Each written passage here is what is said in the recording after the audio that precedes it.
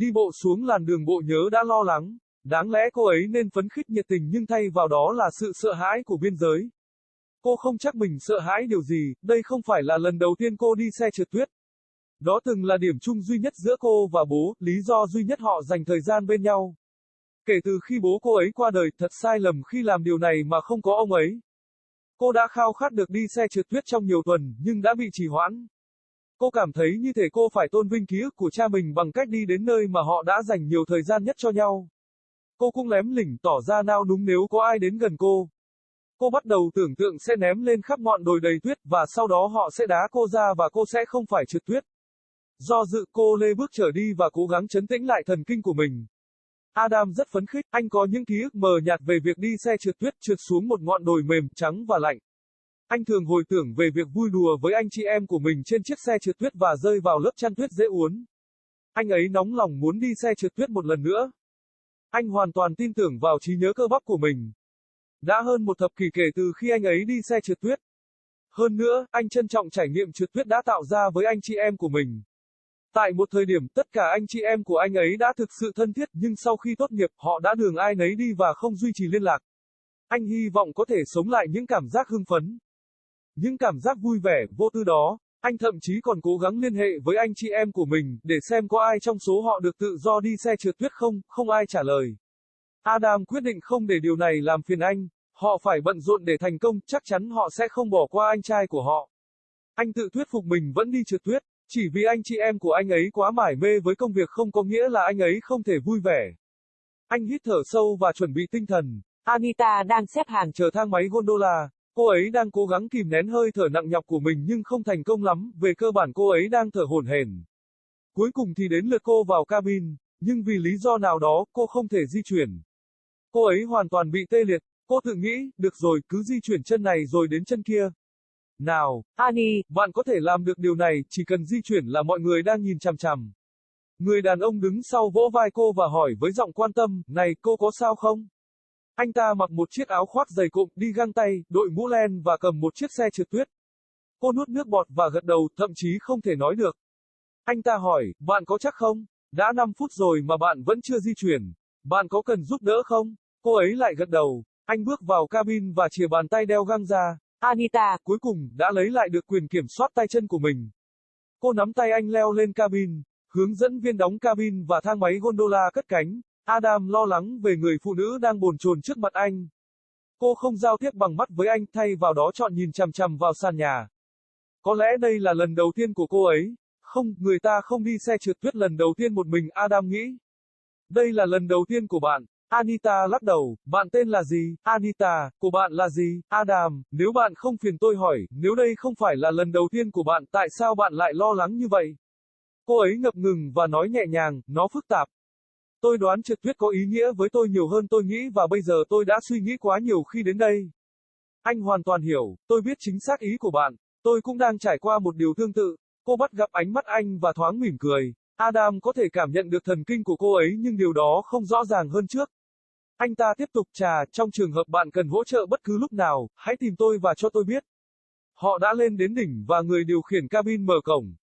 Cô cảm ơn anh ta và xuống xe. Anita đã có phong độ tốt hơn trước. Nói chuyện với Adam đã giúp cô ấy ở một mức độ nào đó. Cô ấy vẫn còn nửa tâm trí để về nhà, nhưng cô ấy đã đi xa đến mức này, cũng có thể làm điều này. Cô lấy một chiếc xe trượt tuyết cho thuê và chuẩn bị tinh thần. Xung quanh cô ấy, những đứa trẻ mới biết đi và những đứa trẻ mới lớn đều dễ dàng trượt tuyết xuống đồi. Cô có thể tưởng tượng họ cười nhạo cô, cười vì cách cô thậm chí không thể trượt xe, một điều mà trẻ em theo nghĩa đen có thể làm.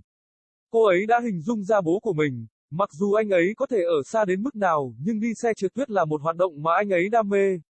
Cô ngồi trên xe trượt tuyết và đi xuống đồi. Cơn gió xé toạc khuôn mặt cô cảm thấy mình như đang bay trên không trung. Bay bổng và lướt nhẹ, trời lạnh nhưng cô thấy ấm cả người. Cô gần như có thể cảm nhận được sự hiện diện của cha mình. Trong giây lát chuyến đi đã kết thúc, cô không thể tin được rằng mình đã từng sợ hãi như thế nào trước đây. Điều này thật dễ dàng và thật phấn khích. Cô ấy leo lên trở lại và sẵn sàng cho hiệp 2. Mặt khác Adam không làm tốt như vậy, anh ấy đã dựa vào trí nhớ cơ bắp của mình nhưng có vẻ như các cơ của anh ấy đang ngủ đông. Anh ta thậm chí không thể đi xuống đồi mà không cạo cùi chỏ hoặc đầu gối của mình. Anh ấy đã kiệt sức và anh ấy thậm chí còn chưa xuống được ngọn walked down memory lane, was nervous. She supposed she should be excited, enthusiastic, but instead she was borderline terrified. She wasn't sure what she was so scared of. It wasn't like this was her first time sledding. It used to be the only thing in common between her and her father, the only reason they'd spend time together. Ever since her dad had passed away, it felt wrong to do this without him. She had been craving sledding for weeks, but had been procrastinating. She felt as if she had to honor her father's memory by going where they spent the most time together. She was also skittish, flinching if anyone came anywhere near her.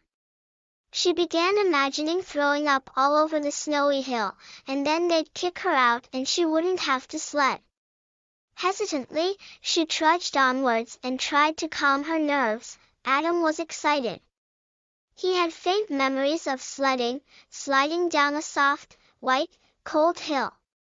He'd often reminiscence about having fun with his siblings on the sled and falling into the malleable blanket of snow.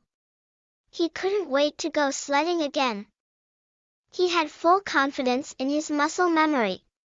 It had been over a decade since he'd gone sledding. Moreover, he cherished the experience sledding had created with his siblings. At one point all his siblings had been really close, but after graduation, they'd all gone their separate ways and hadn't maintained touch. He hoped to relive those euphoric feelings, those carefree, exhilarating feelings.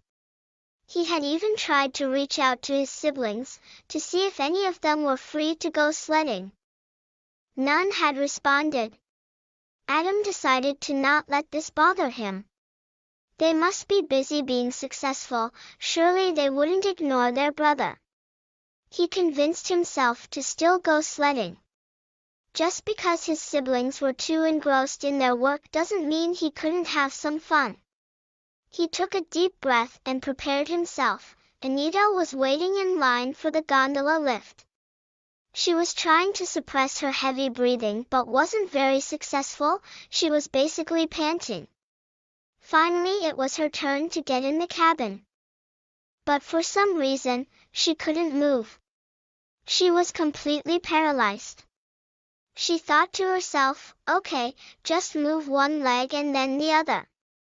Come on, Annie, you can do this, just move. People are staring. The man behind her tapped her on the shoulder and asked in a concerned voice, hey, are you okay? He was wearing a heavy puffer jacket, mittens, a beanie and held a sled.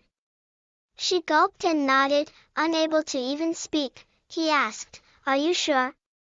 It's been 5 minutes and you haven't moved. Do you need help? She nodded yet again. He stepped into the cabin and held out his gloved hand. Anita, at last, regained control of her limbs. She took his hand and climbed onto the cabin. The guide closed the cabin and the gondola lift took off. Adam was concerned about the fidgety woman in front of him. She hadn't made eye contact with him, instead choosing to stare at the floor. Maybe this was her first time. No, people don't go sledding the first time alone, Adam thought.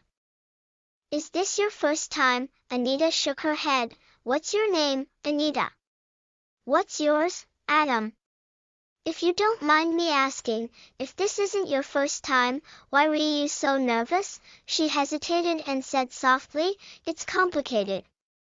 I guess sledding means more to me than I thought it did, and now I'm overthinking coming here. He understood completely.